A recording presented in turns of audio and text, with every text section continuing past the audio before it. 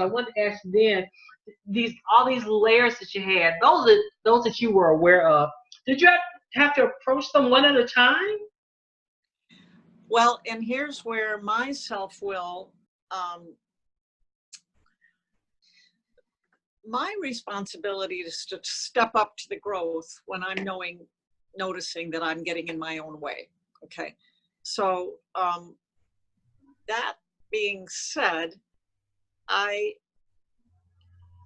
not in control of the pace of the growth or how it goes, but I did experience that when I stayed in touch with a higher power, positive power, or my inner wisdom, and I used the techniques to clear out the whispered lies, then I was clearer and I could see more things about myself. So it did happen in layers, but I wasn't responsible for figuring out which layer first or second or third. You weren't controlling that.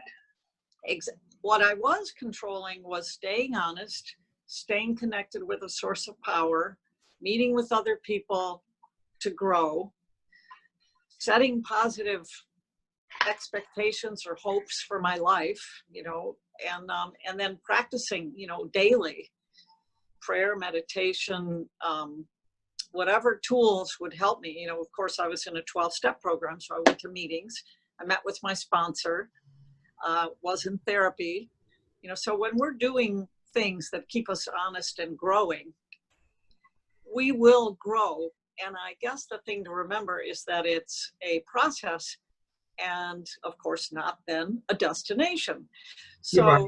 If my goal here is to be more loving and able to give and receive love more, then, and I'm asking for that and intending that in my life and willing to do the work, then that means I'm not going to stop growing, I hope. And what gets me to grow? Seeing something that I don't like, or experiencing something like chronic pain for 2 years, right, that got my attention and caused me to want to change, So people say, well, I've worked so hard all these years. Why am I still having trouble? Well, trouble is kind of our motivator for taking a look at ourselves or our relationships. Or right. Right. That's so true. That's so true. Yes. For some of us. For some of us, it's the motivator. For others, I guess they just never figure it out. They just figure that's the way life is, right? Seeing your own words as opportunities to grow. That's what we're talking about now. So, why not? We just we're going. Look. It was meant to be. Yeah, I know. It's just naturally flowing from this book, and I love that. I love that. So during my tough times, I now try to accept myself exactly as I am at that moment. When I revert to old patterns and fears, I remind myself that growth is gradual, both progress and setbacks. I often imagine myself holding up a sign that says, "Under construction, pardon my dust." At other times, I repeat to myself, "Progress, not perfection." Yeah, I need to cut this out, like stick it on my refrigerator. Yeah. I love that. Well, so many, those are a couple of things. I mean, it's not like 12-step programs own all the clever sayings because they've seeped out into the world, but progress, not perfection. I'm not saying that it came from 12-step programs, but it's often repeated in 12-step programs.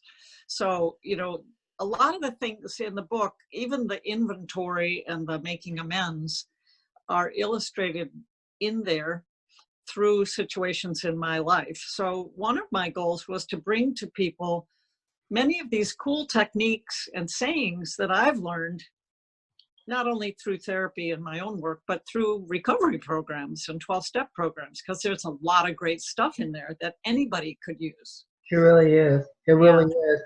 Well, look, we're coming up on our hour, so I'm gonna, what is it? Tell people what it is about this book. Why should they get this book? If you want to be more loving and available and relaxed and enjoy the people that you love and your creativity and your work, then you owe it to yourself and those people to learn some ways, because life is always going to make you tense at times. Learn some ways to bring yourself down back to your center of power and love, so you can operate from there rather than operating out of impatience, judging, gossip, self-sabotage. Those are not patterns that bring us happiness. So if you really want to be happy and free, you'll work on your own thinking, and you'll learn to be nicer to yourself in your head. And as a result, you'll be nicer to everybody else. Get rid of that committee. Yeah. Yeah. Well, look, thank you so much, Gigi. 50 ways to worry less now. Let's see. Oh, it just went away. Oh, it just went off. I'm just a but I'll show you. Butterfinger today. Yeah, 50 ways to worry less now. Listen, it's been a joy talking with you. I am going to finish this book. I got a great deal of it that I've read. It's one of those books you can't just read one time. I read it because we were going to do this interview, but I'm going to read it again totally for my self-improvement, to get rid of the committee in my head and all that stuff. So I want to again say thank you for joining me today. My name is Thank you. Author and host of About the Book, both on radio and Zoom. If you're watching this and you are an author, would like to interview, you can contact me, reach out to me at Renew Refresh Reset at gmail.com. You can find me on Facebook, Sharita Hughley Cadenhead. And Gigi, tell us where they can find your book. Where can they find your book?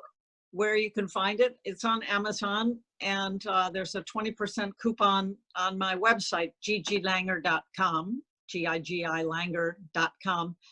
And it's available in ebook formats. I'm working on an audio book and hope to have that ready by June or July. You can buy it anywhere, and it's getting really good reviews, which I'm so grateful for. Yeah. And so look, let me know when that audio version is available. I think we talked, the first time we talked, I said I didn't usually do well with audio because I get so distracted.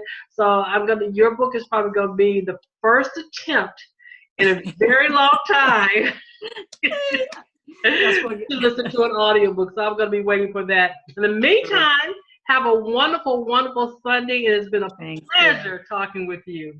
It's been wonderful talking to you. Thanks so much for taking the time. All right. You're welcome. Have a great day. All right. You